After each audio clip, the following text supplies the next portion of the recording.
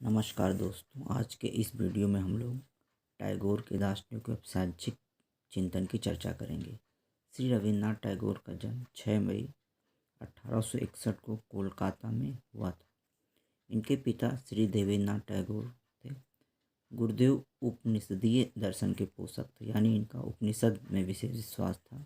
ये संसार के समस्त प्राणियों में परमात्मा की व्याप्ति मानते थे। इस आधार पर समस्त प्राणियों में एकात्म भाव उत्पन्न करने पर बल देते थे। कुछ विद्वान गुरुदेव के दार्शनिक चिंतन को विश्व बौद्ध दर्शन की संज्ञा देते हैं। टैगोर के विश्व बौद्ध दर्शन की तत्वमीमांसा की बात करते हैं तो गुरुदेव ने आत्मानुभूति को मनुष्य जीवन का अंतिम उद्देश्य माना था। मानव जीवन के इन्होंने दो पक्ष माने, भौतिक पक्ष और आध्यात्मिक पक्ष।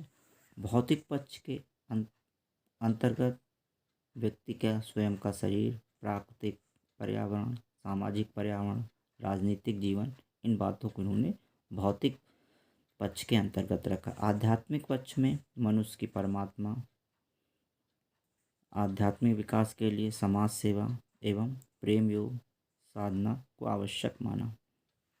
मानव मात्र की सेवा ही एकात्म भाव की अनुभूति करा सकता है, ये इनका मानना था। अगर इनके ज्ञान मीमांसा की चर्चा करें तो इन्होंने भौतिक ज्ञान और आध्यात्मिक ज्ञान दोनों को समान रूप से महत्व दिया। उपयोगी ज्ञान को ये विशुद्ध ज्ञान मानते थे। भौतिक ज्ञान इंद्रियों के द्वारा प्राप्त किया जाता है।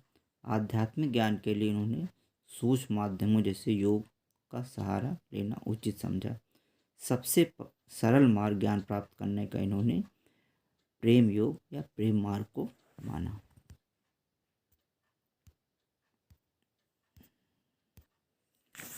मूल्य एवं आचार मीमांसा। मनुष्य, इनका मानना था कि मनुष्य भौतिक और आध्यात्मिक शक्तियों का योग है। आपका मानना था कि प्रेम से भौतिक जीवन भी सुखमय बनाया जा सकता है और आध्यात्मिक पूर्णता की भी प्राप्त की जा सकती है। मानव सेवा को गुरुदेव ईश्वर सेवा मानते थे, यानी मानव सेवा अगर व्यक्ति करता है तो ये मानते थे कि व्यक्ति ईश्वर की सेवा कर रहा है। टैगोर का शैक्षिक चिंतन की अगर हम बात करें तो टैगोर की सर्वाधिक ख्याति साहित्य, बांग्ला साहित्य के क्षेत्र में है। 1901 में इन्होंने अपने शैक्षिक विचारों को मूर्त रूप देने के उद्देश्य से बोलपुर के निकट शांति निकेतन आश्रम में ब्रह्मचर्य आश्रम की स्थापना की थी। इनकी प्रमुख रचनाएं भी हैं, जिसमें शिक्षा हेरफेर,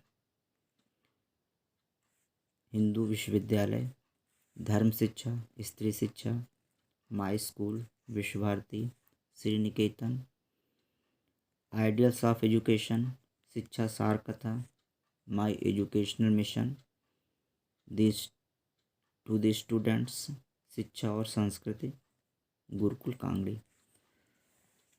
गुरुदेव ने अपने समय की अंग्रेजी माध्यम की शिक्षा पद्धति का विरोध किया तथा मातृभाषा के माध्यम से शिक्षा देने पर बल दिया। शिक्षा का माध्यम वह मातृभाषा को अधिक महत्व देते थे। शिक्षा के संप्रत्यय की बात करें तो शिक्षा वह सामाजिक प्रक्रिया है जिसके द्वारा मनुष्य भौतिक प्रगति करता है और आध्यात्मिकता को प्राप्त करता है। इनका मानना था कि सर्वोच्च शिक्षा वह है जो हमारे जीवन और समस्त सृष्टि के बीच समरसता स्थापित करती है। वास्तविक शिक्षा वह है जो उपयोगी वस्तुओं की वास्तविक प्रकृति को जानने और उनके उपयोग करने और उनसे वास्तविक जीवन की रक्षा करने में सहायता करती है। गुरुदेव ने शिक्षा द्वारा व्यक्ति का भौतिक एवं आध्यात्मिक विकास करना शिक्षा का प्रमुख उद्देश्य माना है। भौतिक विकास के अंतर्गत इन्होंने शारीरिक विकास, मानसिक विकास, सामाजिक विकास, सांस्कृतिक, नैतिक एवं चारित्रिक तथा व्यावसायिक विकास को स्थान दिया और आध्यात्मिक विकास के लिए धार्मिक विकास एवं समाज सेवा को स्थान दिया। गुरुदेव ने राष्ट्रीय एवं अंतर्राष्ट्रीय भावना का विकास करना भी शिक्षा का प्रमुख लक्ष्य माना। शिक्षा की पाठचर्या की चर्चा करें तो गुरुदेव के अनुसार शिक्षा के पाठचर्या के 3 मुख्य अंग हो सकते हैं। इसके अंतर्गत व्यक्ति का प्राकृतिक विकास करना पाठचर्या का उद्देश्य हो सकता है, आध्यात्मिक विकास और सामाजिक विकास करना। इन्होंने प्राकृतिक विकास, आध्यात्मिक विकास और सामाजिक विकास तीनों पर समान रूप से बल दिया। क्रिया प्रधान पाठ्यक्रम का निर्माण की बात कही। अपनी भाषा व संस्कृत के साथ साथ राष्ट्रीय एवं अंतर्राष्ट्रीय महत्व की भाषा एवं संस्कृत के ज्ञान पर बल दिया। प्राकृतिक एवं ललित कलाओं को स्थान दिया।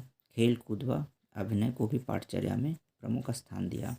शिक्षण विधियों की चर्चा करें तो इन्होंने माना कि शिक्षण के संदर्भ में गुरुदेव का मानना है कि प्राचीन और अर्वाचीन विधियों के गुण दोषों को बताने तथा कुछ मूलभूत सिद्धांत देने का कार्य किया, जैसे कि बच्चों को जबरन कुछ न सिखाया जाए, वास्तविक परिस्थितियों में रखकर इंद्रियानुभव द्वारा सीखने के अवसर दिया जाए, मातृभाषा द्वारा शिक्षण करके शिक्षण विधि को रुचिकर बनाया जाए, सीखने में बच्चों को स्वतंत्रता दो, उनके साथ प्रेम एवं सहानुभूतिपूर्ण व्यवहार करें। इन्होंने किसी नई शिक्षण विधि का निर्माण नहीं किया।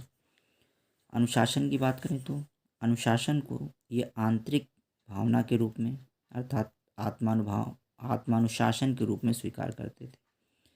दंड व्यवस्था का हर परिस्थिति में इन्होंने विरोध किया। इनका अनुभव था कि उच्च सामाजिक पर्यावरण में ही मनुष्य को साधना के अवसर मिलते हैं। ऐसे वातावरण में छात्र स्वयं आत्मानुभूति करते रहते हैं। शिक्षक के संबंध में गुरुजी का विचार था कि